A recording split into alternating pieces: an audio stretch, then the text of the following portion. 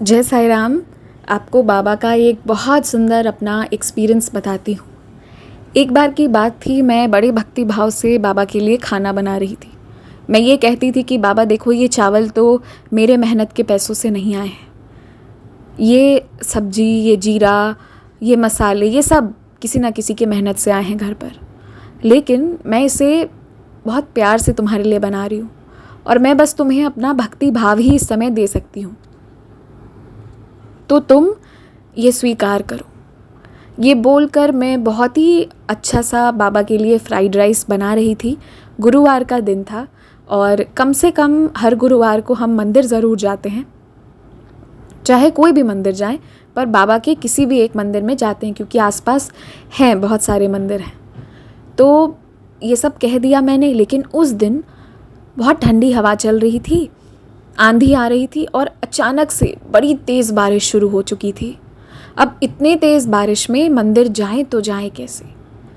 तेज़ हवा, उसके साथ बारिश, ऐसे में बाहर जा पाना बहुत ही इम्पॉसिबल लग रहा था क्योंकि मैं कार ड्राइव करने के लिए एलिजिबल हुई नहीं थी और ड्राइवर भैया आ भी नहीं सकते थे। इतनी तेज़ बारिश, उनका घर काफ़ी दूर और शहर में अलर्ट था बारिश को लेकर। बहुत स्ट्रिक्ट अलर्ट किया गया था कि बारिश भी आएगी और आंधी भी। और वो उस गुरुवार को शुरू हुआ। तो मैं थी, मेरी मम्मा थी, मेरा भाई था और वो जो सफाई करने वो जो मौसी आती थी वो थी। हम 4 लोग घर पर थे। तो अब ये आंधी देखकर हमें लगा कि अब मंदिर कैसे जाएंगे? अगर हम ऑनलाइन बुक करके कोई कैब भी मंगवा लेंगे या कुछ भी हम मंगवाएंगे भी, तो इतनी बारिश में वो आएंगे या नहीं आएंगे? और मंदिर इतनी पास में थी, लेकिन जब ऐसा बारिश या कुछ भी होता है तो कैब बहुत ज़्यादा चार्ज करते हैं। और सबसे बड़ी बात है ना कि इतनी बारिश में पूरा शहर कीचड़ से भरा पड़ा था, तो ऐसे में मन नहीं करता है कि जाए, कहीं पाँव फिसल जाए, कुछ हो तो क्या हो। एक और ऊपर से मतलब ऐसी स्थिति थी कि कुल मिलाकर जा भी नहीं सकते थे बाहर। इधर मैंने खाना तो बहुत सारा बना लिया। मैंने कहा कि बाबा, आज शायद ये सारा खाना बर्बाद होगा क्योंकि अगर हम रात तक भी बैठकर खाएंगे ना, हम 4 लोग, फिर भी ये ख़त्म नहीं होगा। आदत तो मुझे बहुत बनाने की थी ना, मतलब बहुत सारे लोगों का बना देती थी, 30-35 लोगों का खाना बना देती थी। तो वैसे में हम 4 लोग 2 टाइम भी खाएंगे तो टोटल 8 जनों का खाना होगा और एक गार्ड भैया को मिला लो तो 12 जन हुए।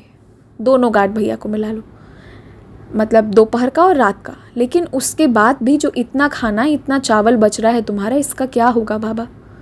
और क्या करूं तब? ये तो बर्बाद हो जाएगा, मेरी भक्ति भाव इस बार फेंका जाएगी।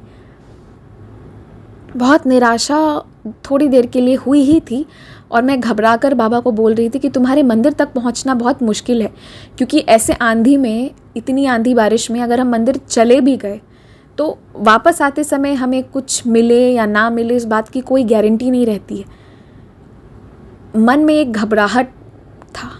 मंदिर जाते तो वहाँ भी सुकून नहीं था, घर की चिंता रहती, और घर पर थे तो मंदिर जाने की। अब इतनी तेज़ बारिश में कुछ समझ में नहीं आ रहा था कि क्या करें, क्या होगा। और हमें इस जगह में आए बहुत समय हुआ भी नहीं था, नए नए आए थे तो बहुत कुछ मालूम भी नहीं था। तो उस दिन पहली बार एक बाबा की बहुत बड़ी कृपा हुई।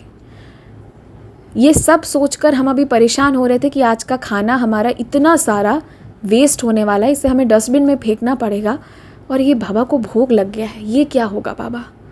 हम ये सोच ही रहे थे कि उसी समय दूर से कोई चिल्लाता हुआ आया, खाना दे दो माई, ओ माई खाना दे दो। ऐसे कह रहा था, बिल्कुल ऐसे ही। ये सुनकर हम सबके कान खड़े हो गए। मैं बाहर में थी, मेरी मम्मा किचन में काम कर रही थी और मौसी वहीं कहीं ड्राइंग रूम में या कहीं थी। तो हम सब भागकर बालकनी गए और तेज़ बारिश हो रही है और वो इंसान जो है वो भीख मांगता हुआ दूर से आ रहा है और हमारे ही अपार्टमेंट के ठीक सामने आकर वो खड़ा हुआ। तो फिर मेरी मम्मा इशारा की और उसे बोली कि आप ऊपर आओ, हम आपको खाना देते हैं। वो आए और इतनी तेज़ बारिश में एकदम गरम गरम फ्राइड राइस था, बहुत अच्छा। बाबा की कृपा से जब बाबा का प्रसाद बनता है तो बाबा ने इतनी कृपा दी है कि वो मुझसे जो भी बनवाते हैं तो वो बहुत अच्छा बनवाते हैं। ये बाबा का कृपा है, मेरा खुद का कुछ नहीं है। तो बहुत ही अच्छा बना था, प्लस गरम गरम था और बाहर का मौसम बहुत ठंडा। तो वो ना हमारे दरवाज़े पर बैठकर अपना वो जो बैग था उसे रख दिए जिसमें बहुत सारे पुराने कपड़े थे और वो खाने लगे। उन्हें बहुत अच्छा लगा।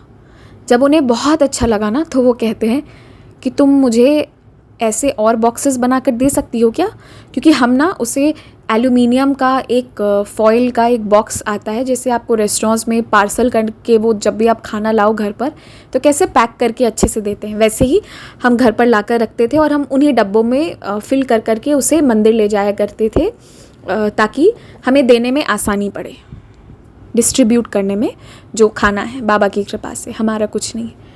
तो उन्होंने एक बॉक्स खाया ना तो फिर वो कहने लगे कि मेरे 6 बच्चे हैं, मेरी बीवी भी है, हमारा बड़ा सा घर है, तुम्हारे पास अगर और खाना है तो तुम मुझे और दे दो, ये बहुत अच्छा बना है, बहुत अच्छा बना है, ऐसा वो कहने लगे। तो वहाँ पर जितने बॉक्सेस हमारे थे वो सब हमने उन्हें दिए और वो बहुत खुश होकर ले गए।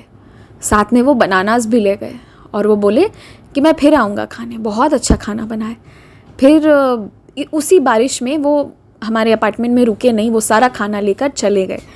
फिर वो नीचे गए तो नीचे बैठकर, बारिश हो रही थी फिर भी वो बाहर बारिश मतलब हल्की रुकी थी, आंधी तेज़ आ रही थी, उसी में वो बैठकर थोड़ी देर खाए और फिर पीछे मुड़कर हमारी तरफ देखा, क्योंकि वो जा रहे थे तो मैं देख रही थी कि ये निकले कि नहीं निकले, क्या है। तो वो बाहर बैठकर खाए और हमारी तरफ देखे, मतलब ऐसा लगा ना वो दिखा रहे हैं कि बहुत अच्छा खाना बना है, और वो खाए और हमारा सारा खाना वो लेकर चले गए। तो मैं ये तो नहीं कहती कि वो खुद बाबा आए थे, नहीं नहीं, वो बाबा किसी अपने बच्चे को भेज दिए थे। वो अनुभूति इतनी प्यारी थी ना कि साईं उस रूप में आए थे, हमसे वो खाना स्वीकार किए, जिसे ज़रूरत थी उस तक पहुंचा दिए। उसका उस दिन का दोनों समय का, दोनों पहरों का खाना निकल गया और हमें भी खुशी हुई कि हमारा खाना भी बर्बाद नहीं हुआ। तो ऐसे बाबा ने बहुत कृपा की थी उस दिन, मैंने बड़े प्यार से उनके लिए बनाया था।